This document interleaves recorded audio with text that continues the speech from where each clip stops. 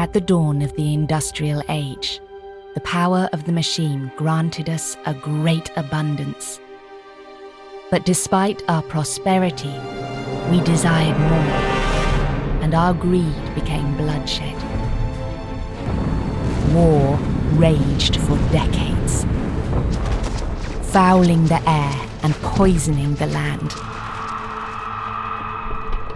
The light of our achievements faded. From the darkness arose the disciplined conquerors of the Yaisha Empire. The Anglian Republic, marauders of the frozen ruins. The proud desert warriors of the Arashi League. The vigilant order of Chaladon, guardians of the natural world. The ruthless operators of the mercantile guilds. And the forgotten nobility of the Fjord baronies. Now, at the crossroads of a new age, we must once again choose our destiny. After centuries of darkness, the spark of mankind flickers once more.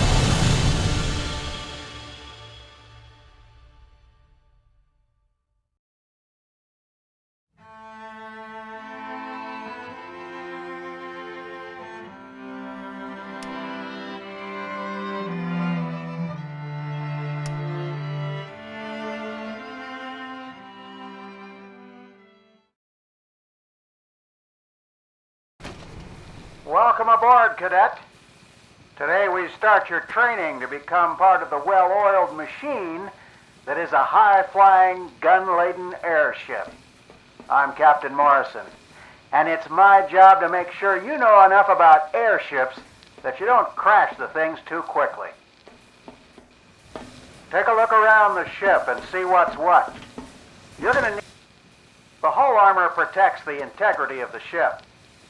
The ship will only lose integrity when the hull armor is broken, and the ship is destroyed when the integrity is gone. The side guns are secondary armaments on this ship, though each ship has a different configuration.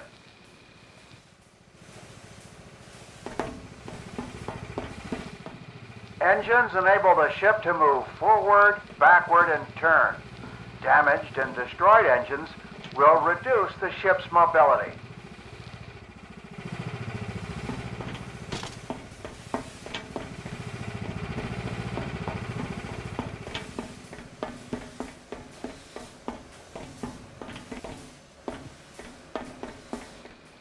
The balloon keeps the ship aloft.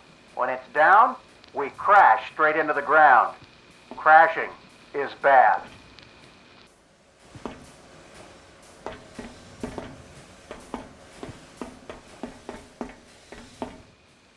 The front guns are the main armament on this ship, and the gun selection can change its role in combat. You should experiment to find out the most effective loadouts.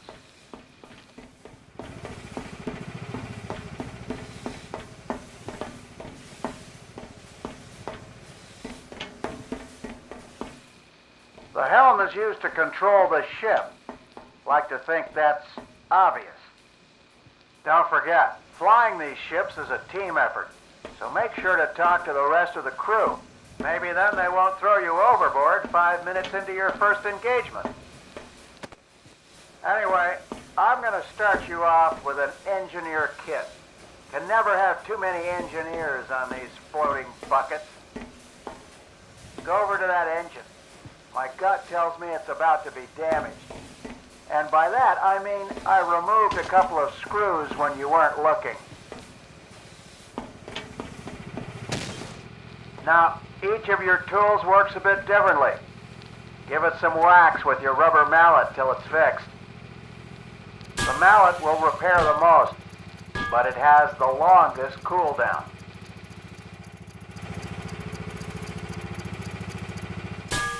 For as much as these things break down, it's a small miracle of engineering that they're so easy to repair. Otherwise, we'd have a lot more dead boats littering the trade routes. Do it once more with the spanner wrench. The spanner repairs the least, but it's the fastest.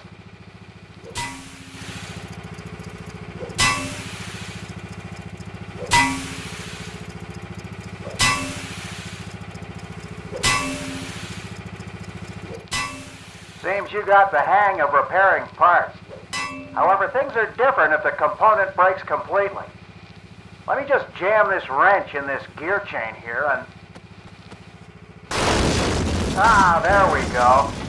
Move to that side engine, switch back to the rubber mallet, and hit it till it's fixed. There's no cooldown when rebuilding, so just bash it until it works again. While it's great at repairing, the mallet is terrible at rebuilding. If there are several parts broke at once, prioritizing is an important skill. It takes experience to perfect it, but a good rule of thumb is to prioritize the hull. Can't fix anything if you're dead. One last time, now with the spanner wrench. The spanner is the best tool for rebuilding. Good. Now, moving on to fire tools, because the term blaze of glory can frequently and literally be applied to airships. You've got an extinguisher and chem spray. The first will completely put out a fire. The second will put out a little and prevent more fire from catching on that part for a while. Let's start off with the extinguisher. I set up one of the parts of the ship to ignite for practice. Let me just spark it for you. What fool didn't clean out the grease trap? Rusted blood, put it out! Put it all out!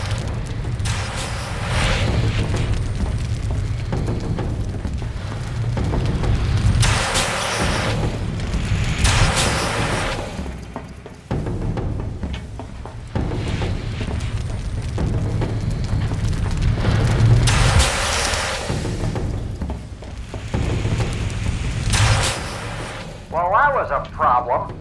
At least you kept the whole ship from going up. Switch to the chem spray. Now's a good time to teach you about preventing fire.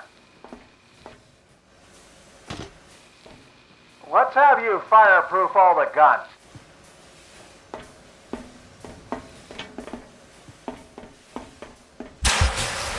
Starting the count. Spray all the guns.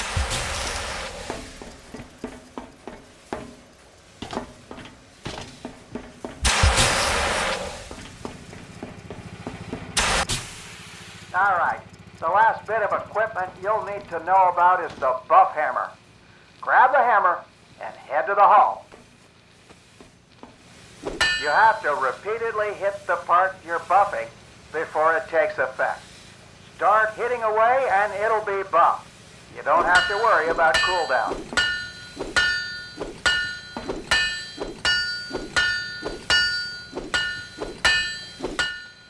While the buff is active, it does different things for different parts, but every part gets a boost to health.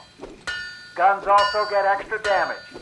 The balloon gets extra lift, and engines get extra speed. Every engineer has to be light on their feet. Engineers can use stamina to move around the ship faster and jump higher.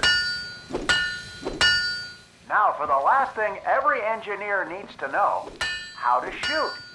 You might think that you'd be spending all your time fixing things, but sometimes you need to be pouring on as much fire as you can. And when that happens, you need to know how to do it right. Head upstairs and get on the Gatling gun.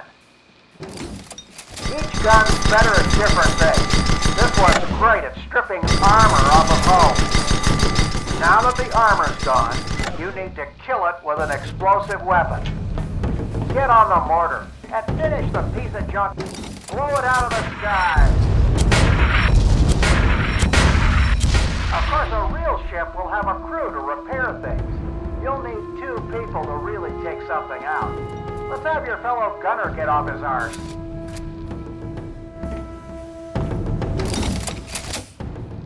going to get on the Gatling gun to strip the next target's armor. Wait till the armor's down to hit it with the mortar. Ready? Wait for him to drop the armor. Light her up! That covers the basics. So let's see if you've actually been paying attention. I'm going to run you through one of the standard engineer field exercises, and you better get it right or we'll be here all day. Keep the ship's hull, armor, and integrity as intact as possible. Do so until the ship reaches the waypoint. Now, go!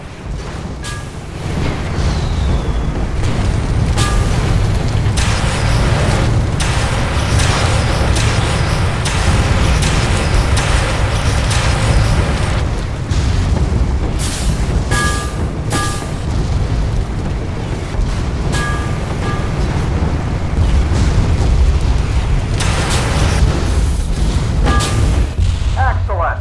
Pass the flying colors. You're ready for gunner training next.